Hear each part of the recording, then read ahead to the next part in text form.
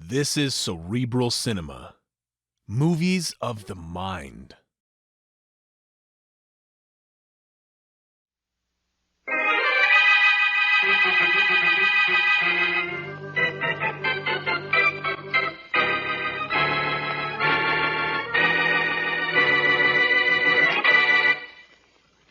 Oh, Mary, you can't mean it. What could I do in a musical comedy? What everybody does in a musical comedy, Blackie. Act and dance and sing. Oh, now, darling, you just have to do it. Yes, you simply must do it, Blackie. The club is counting on you to do it. They're counting, are they, Mr. Merriweather? Well, you're director of the show. Direct them to start counting me out right now. But, Blackie, Miss Wesley says you can sing, and the dance routines are simple, Blackie, but terribly simple. And we're doing Gilbert and Sullivan's Mikado. The dances are hardly more than little toe, heel, toe, kick, toe, heel, toe. Ouch! Well, you know what I mean. Blackie, you mustn't forget the cause. We're staging the performance for the Orphans Foundation. And, Yes, what is it? Also, I have a confession to make. We have already advertised that you will be in the show. Oh, Mary, sometimes You'll do it then? Oh, this is wonderful, marvelous, simply superb, Blackie. Rehearsal start at 9 tomorrow morning. At 9 in the morning, sharp, but on the dot of 9. What time was that again? Well, never mind. I'll be there. Only I've got a hunch I'm going to wish I weren't.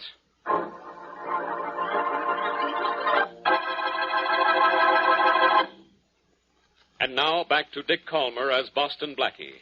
Enemy to those who make him an enemy. Friend to those who have no friend.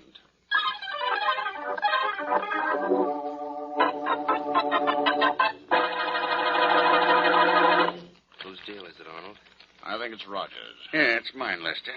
This will have to be the last hand. Oh? Why? Well, they're opening this broken-down theater for the first time in a year to do a benefit performance of the Mikado. You're just spoiled, Roger. Being superintendent of a closed theater must be pretty soft. Well, it looks as if you'll have to work for a while. Only for a few days. Rehearsal's called in an hour, so this is the last hand. All right, deal. Maybe I'll have better luck this time. I'll need more than luck from now on. I'll need money. What's the matter, Lester? Haven't you sold one of your statues yet? No. Too many lowbrows in the world. Well, go ahead with your deal, Roger. Oh, sure. Here we go. And give me something I can play with this time, Roger, will you? I'll try to, Arnold. Hey, wait a minute, Roger. What's the matter? Let me look at those cards. What are you talking You about? know what we're talking about. You've been cheating us, Roger. How long? Now, look, I'll explain later. I've got to get this theater ready for that Mikado. Now, wait a minute, Roger. I want to see those cards. Now, let him go, Lester. But he's been cheating. Yes, I know. I've been losing to him for 2 years, ever since the three of us started playing. So have I, Lester. Yeah, you're rich. You've got more to lose. I know, so I lost more.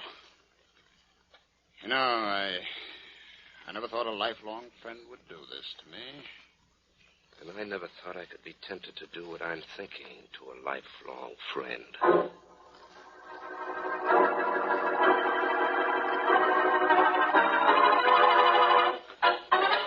All right, now, I must have quiet. Now, please, dear people, I simply must have quiet.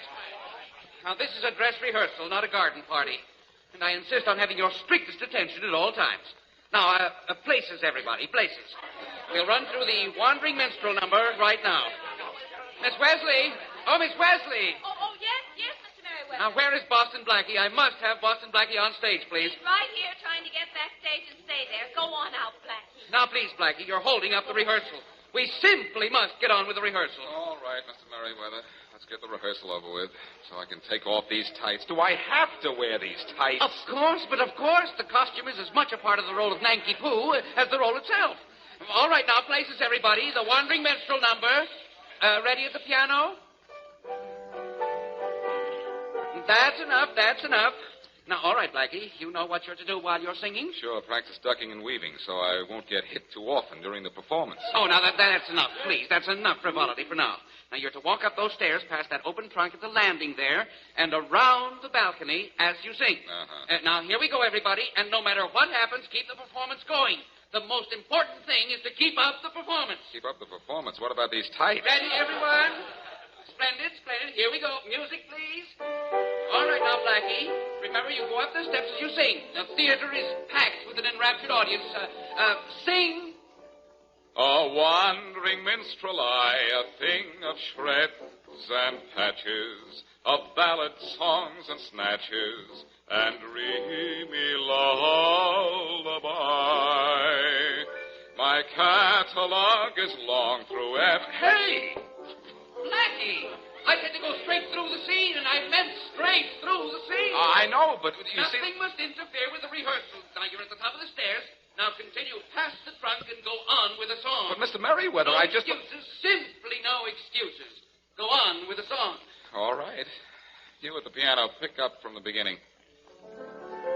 There is a body here, it's in the trunk and murdered. A knife is sticking in it, and so it had to die. Was a body a murder? Oh, my goodness. Blackie, this is awful. Is somebody really dead, or is this just a joke? If this is a joke, Mary, that man in the trunk died laughing. Doesn't he look dead to you? Oh, my gosh. Wait till Faraday sees him in the trunk. And oh, brother, wait till he sees me in these tights.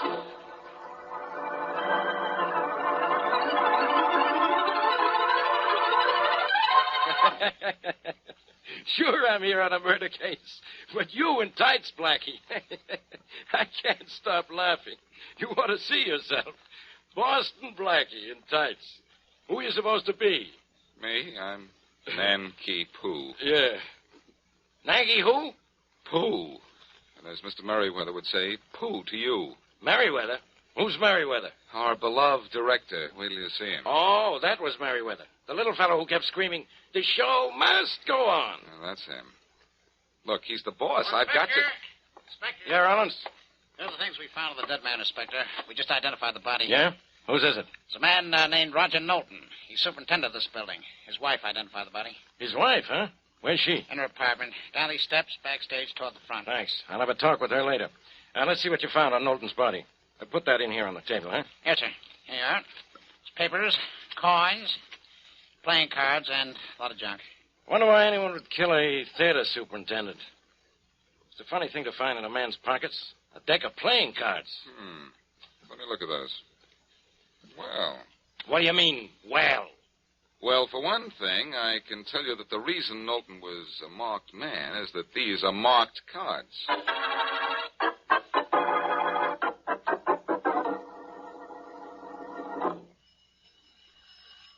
You seem to feel a little better, Blackie. Is that why you're going to talk to Mr. Knowlton's wife? I feel better because I'm out of those darn tights.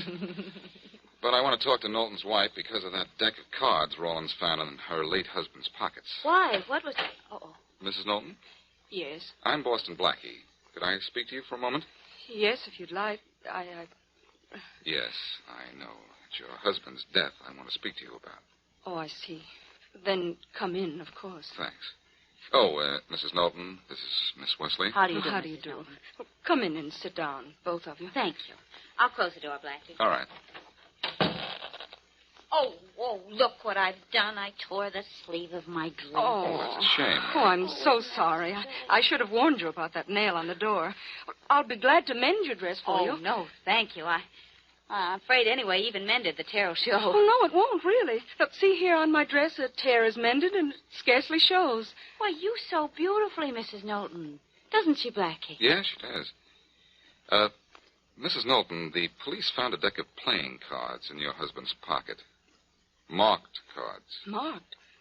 They think my husband cheated at cards? That's impossible. People who cheat usually win, don't they? And if he had won, he'd have given me money. Yet he's never had money to give me, as you can see by my home, by my clothes.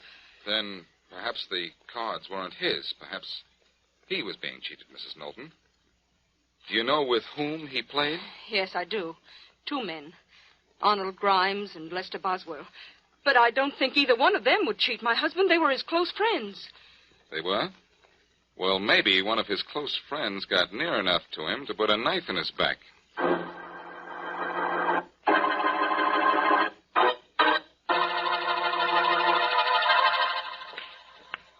Oh, wrong English. Wrong English. Grimes?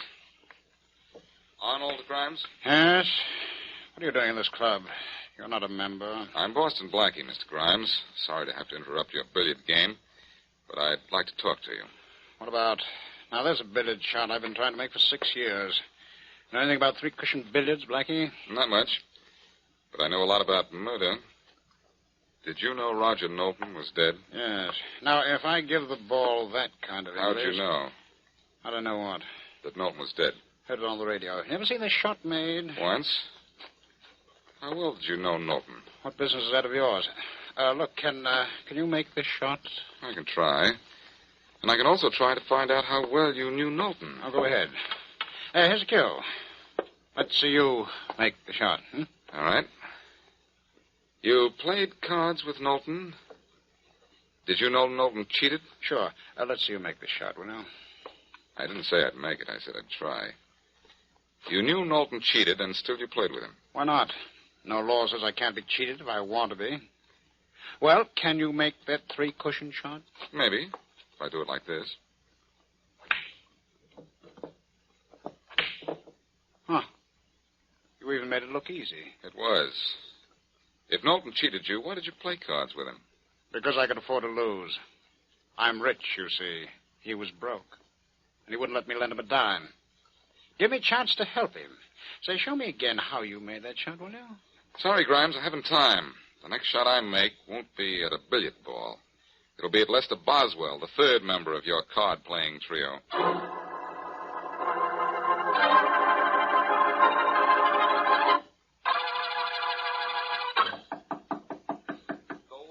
Told you I'd pay the rent next week. Go away, will you? I don't want you to pay me the rent, Boswell. I just want to pay you a visit. I'm Boston Blackie. All right, just a minute. Come in. Thanks. Say, what is this place anyhow? A stone quarry? I'm a sculptor. This is my workshop. I'm busy working. What do you want? Just a little information about Roger Knowlton. Look, Boswell, did you know Roger Knowlton was found dead this afternoon? You dropped your chisel. Now drop the act, Boswell. You knew he was dead when I came in here. He was murdered. Murdered? Yes, for cheating at cards. For cheating you at cards. Well, yes, he did cheat me, but he cheated Arnold Grimes, too.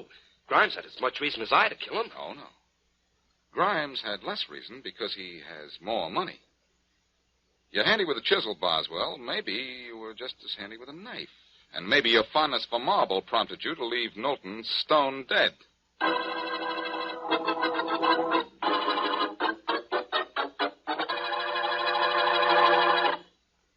And now, back to Boston Blackie.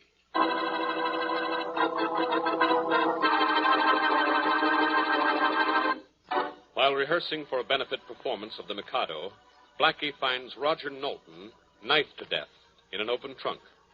A deck of marked cards in the dead man's pocket indicates the dead man was cheating both wealthy Arnold Grimes and Lester Boswell, a poor sculptor.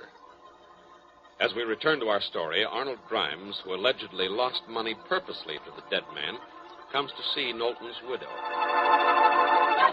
It's very nice of you to call, Mr. Grimes. I really didn't expect you to. What did you expect of your husband's lifelong friend, Mrs. Knowlton? Now, Mrs. Knowlton, let's not pretend with each other. Your husband died a rich man, you know, but before he died, he unfortunately made me a poor one. I don't know what you mean. I mean he won so much money from me with those marked cards of his that I'm broke. Almost ruined. Now, you should be satisfied with half, don't you think? Half? Half of what? Half of the money he won. Now, I'm perfectly willing to get back only half and let you have the rest. I think you'd better leave, Mr. Grimes. Maybe my husband did cheat. I don't know about that. And how much he won or what he did with the money, I don't know about that either. He never gave me a penny of it. You're lying, Mrs. Knowlton. Am I? Do I look like a woman with money? Does my home look like money? My clothes, my hands, my hair? Look, your husband won thousands of dollars from me. Tell me what he did with that money or I'll... Oh, you'll what, Mr. Grimes? Kill me, too? I didn't kill your husband. Oh, didn't you? No, Mrs. Knowlton, I didn't. But I have a pretty good idea who did.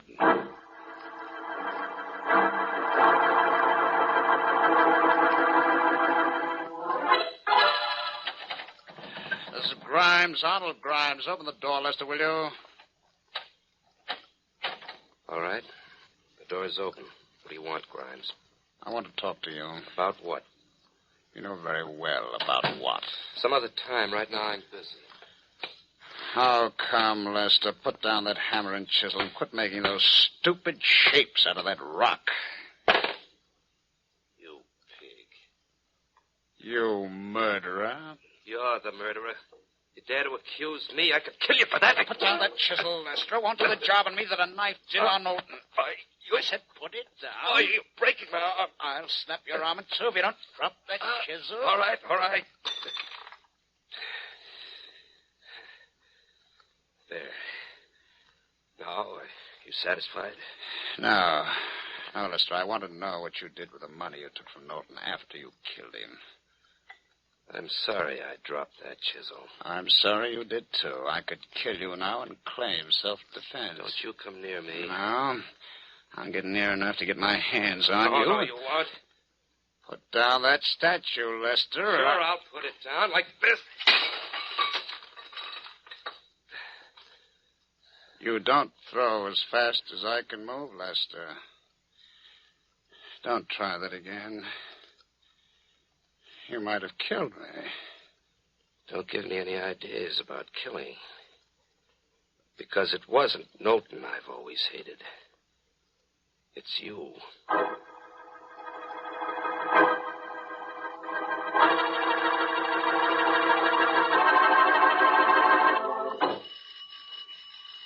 Well, I guess Mrs. Knowlton isn't at home, Blackie. Well, she is, Mary. She's allergic to doorbells.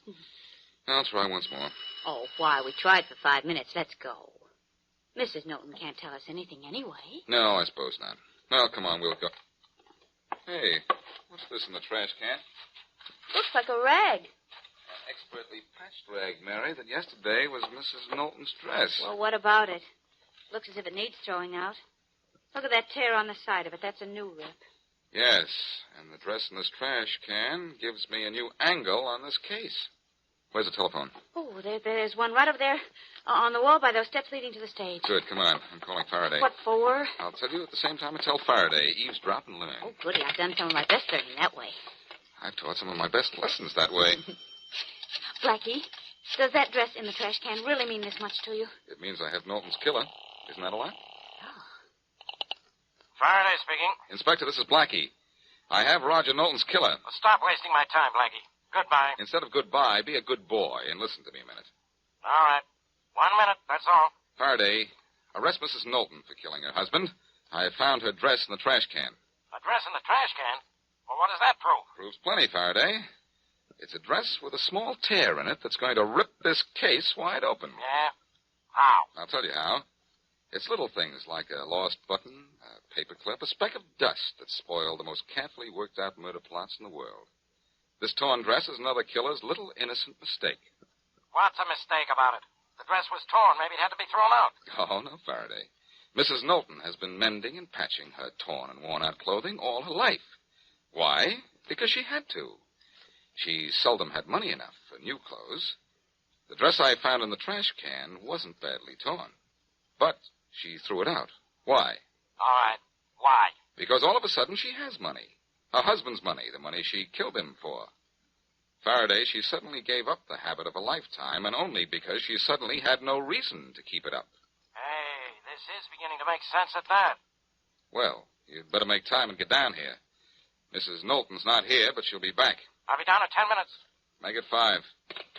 Come on, Mary. Let's go out in the theater. Okay. We're going to look for the money Roger Knowlton won from Grimes and Boswell. Have any idea where it is? No, but I know where it isn't. In a bank. Oh, the police would have found it already. He obviously hid it somewhere. Where? I don't know where, but his wife knows. I think it's in the theater somewhere. That's my bet. Let's get our hands on that money, and then Faraday can get his hands on our murderer.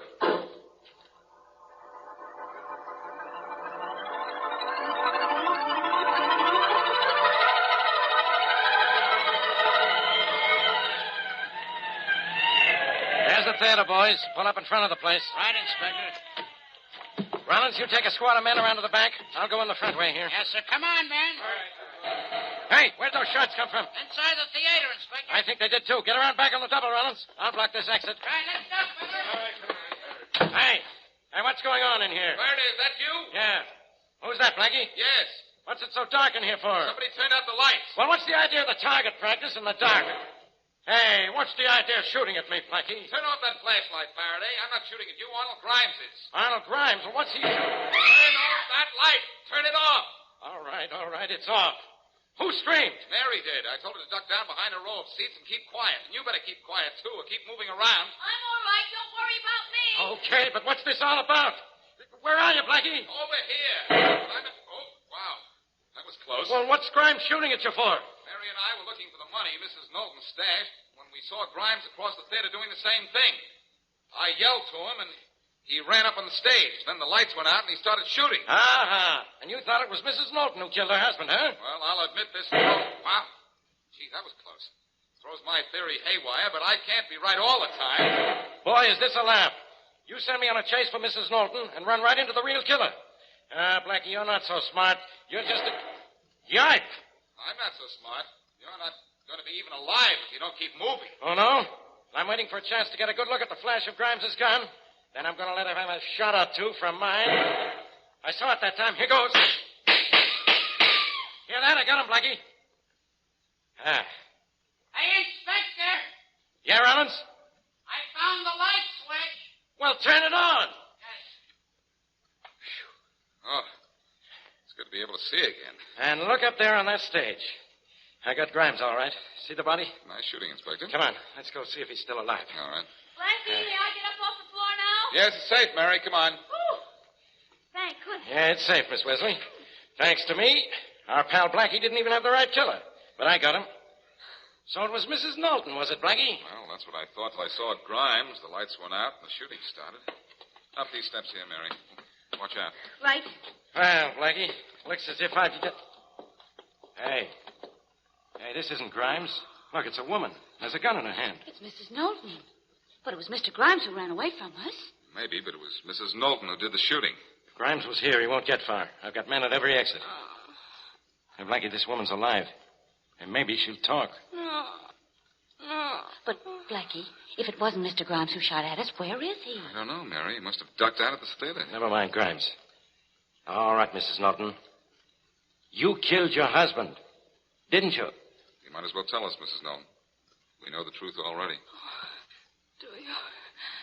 Well, all right. I shot at you. And I killed him. Are you satisfied? Satisfied? Sure. But why did you kill him? Because he was leaving me. He was caught cheating at cards. I followed him. I saw him get the money. He had it hidden. I took it from him after I killed him and hid it myself. Where did you hide it, Mrs. Knowlton? She'll never tell anybody anything anymore, Faraday. She's dead.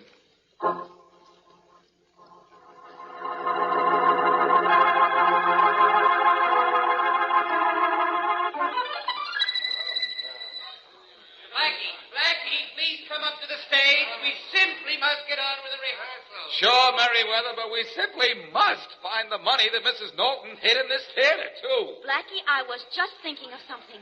I know where that money is. Of course you do. Well, What's the matter with you, Miss Wesley? Hanging around Blackie or faking your mind? No, Inspector, no, I don't think so. Unless you mean improving it. You know better. Well, I gotta get back to headquarters. Question that guy Grimes. Why must you? Just because Roland caught him running out of this theater? He was probably only looking for Knowlton's money, just as we were when he spotted us. We scared him off. If both of you would just stop for a minute, I'll get you that money. It's right here in this seat. Just like that, huh, Mary? Right here in this first seat in the last row. That's right. Oh, Blackie! In just a minute. Neither one of you believe me, do you? Well, all right then. Just watch what I find when I tear the seat cover off. There you are. Hey, Blackie, look what's falling on the floor. Money. Lots of it. I see it, but I don't believe it. Mary, how did you know it was there? Well, it was Mrs. Knowlton's seat, for one thing. You see, we gave her and her husband a pair of complimentary seats for the first performance.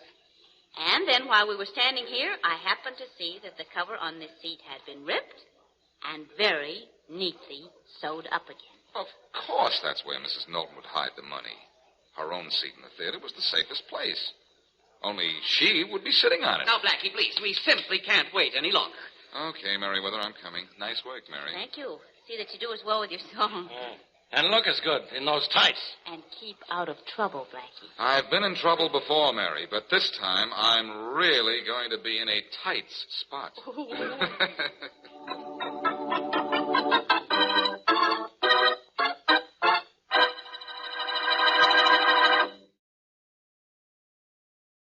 Cerebral Cinema hopes you have enjoyed this movie of the mind.